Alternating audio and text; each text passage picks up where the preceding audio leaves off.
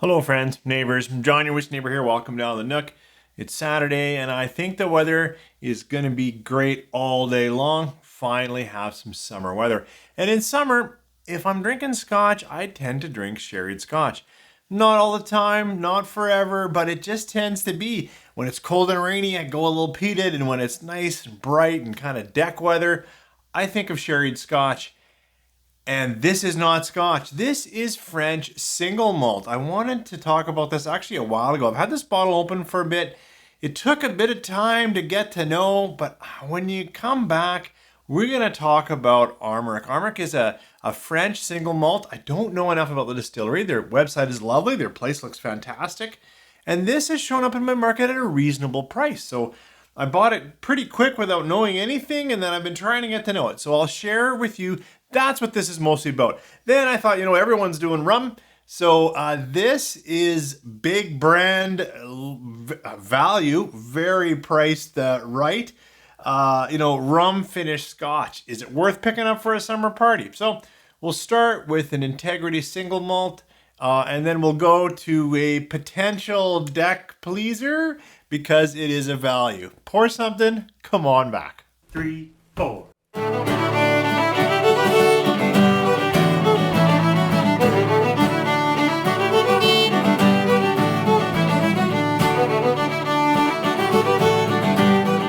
So as I said in the opener, we're going to talk this French single malt. It's not Scotch. I know I talk a lot about Scotch. This is Scotch, but this is Armorik sherry cask. So this actually is aged entirely in Oloroso casks. So it's a single malt. It's an integrity malt. And what that means, if you're just getting here into whiskey, is it is natural color and non-chill filtered, which is fantastic. It says it here, it says it on their website, just as they should. 46%. And it's taken me a moment to try to get to know this. I wish I knew, more about it. I actually think they also use organic barley. So it's all barley, it's their distillery, it's single, it's 46%, and it's all the way we want it. Now it is no age stamp. Let's see if I can get notes with you today that align with my experience over the past few months. And the nose is a really nice dark sherried single malt. It's got some malt sugar and some nice almost like a light grainy note to it, but not in a bad way. Like a husky nutty note. I'll go that way. It's got a nutty note. And then lots of darker fruits, and they're not light berries for me. They're dark. This is a darker sherry on the nose. It's a little bit of that, whether like maybe prune, that's too strong, but that darker, deeper red fruit with some nice sweet almonds, some nice nuttiness. I'll go that way instead of grainy. It's not grainy because of course it's all barley, but it's got a bit of husky note to it on the nose. Let's try this Armorik on the palate. Slancha. Oh, I should have looked up how we say it in France, but cheers to your health. So a lot of those core notes that are in the nose do come across in the palate.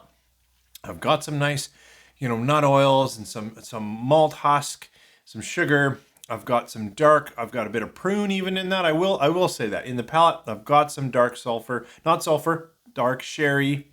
I was thinking it might have an edge of sulfur note to it for some. I'm very not sensitive to that, so I'm not really getting it, but it's got that darker edges. It's got some nice older book library going on. It's got some sense of age, but then the alcohol note that carries through all of it, especially only at 46%, seems a little present. Let's try another sip. Sancha. Well, and that evened it out a little better, which is nice because it is a little bit unbalanced for me up front. And I'm disappointed with that because everything about this is integrity, even to the organic barley and all that. It's got a little bit of spiciness to it, but darker Christmas spice, nutmegs, not quite like barbecue ham clove, but I'm trying to think like what else would be a little more savory. It's not bright cinnamon. It's a little bit peppery, but it's not like rye spicy. Don't get me there. I'm just saying it's got a little bit of heat, and it's not as integrated as I wanted it to be. And it's been open and I've been working through it. it sounds like a chore. I enjoy this. It's heavy dark sherry, nice oils, nice some nut husk, bit of oaks. Like, it's a good single malt. I just feel like it's on the edge of it. Could be a great single malt, but there's something holding it back. It could just be my palate. Could honestly just be my palate. It could be age. Could be, well, I don't know what else, because everything about this is integrity and nice. I'm down into this enough to give it a star rating, and I'm only going to give it 3.5, 3.75. I wanted to love this. It came out at a good value. Everything about it's fantastic, and I thought this is going to be my next sherry favorite. I'm going to enjoy finishing this off over the next couple of weekends with nice summer weather. But it didn't quite hit for me as much as I wanted. Yeah, let's go 3.75. So in stark contrast to all of the integrity, 46% natural color, non-chill filter, organic barley, small distillery, is this Glenlivet Caribbean rum. You know, Caribbean Reserve. This is a 40% filtered, colored, mass market product. It is a Scotch. And I like some Glenlivet, but this is not intended to be a connoisseur's Scotch. I got this $35 Canadian. I actually think it's sitting around $50 right now, which is not as much of a value as the $35 purchase. But I think we're going to see it go on summer promotions. This is the kind of Scotch that they want you to put almost in your cooler with some beer. Oh, look, I also have Scotch kind of thing. So please don't think I picked these because I believe they're in the same category. They so much are not in the same category. But this is inexpensive. It's 40%. And it's got some rum influence. Should this be in your backyard barbecue party? It is nothing but sweet. It is sugar. It is light cherries. It's, light orchard fruit cup sweetness. Fruit like juicy fruit gum. It's bright, it's fruity, it's sweet. Let's try the palate. Sláinte.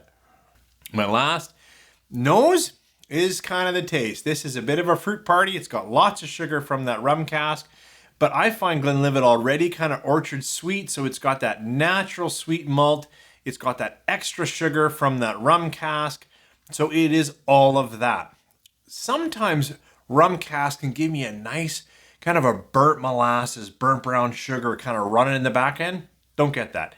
Sometimes a rum cask can give me almost a little more coconuts. Like I get that from bourbons, but something like that. Maybe I can get a little bit of that kind of nut in here. In the end, this is light. Well, I better do it the courtesy of a second sip. Sláinte.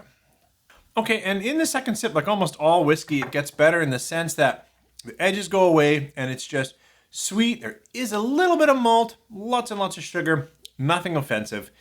This actually probably, honestly, to the vast majority who are watching, if you're a whiskey connoisseur, this is not your whiskey. This is not your whiskey. This is not your Scotch. This is not the thing you should have. If you're just kind of like, well, what Scotch should I have for summer? This actually isn't that bad. Like it's so what could be in a cooler. It's so like, oh, you got a Scotch? What's that? Oh, it's a little sweeter than the regular Fittick that I might have around, or Livet, sorry. Like, that big Scotch. It's actually not bad.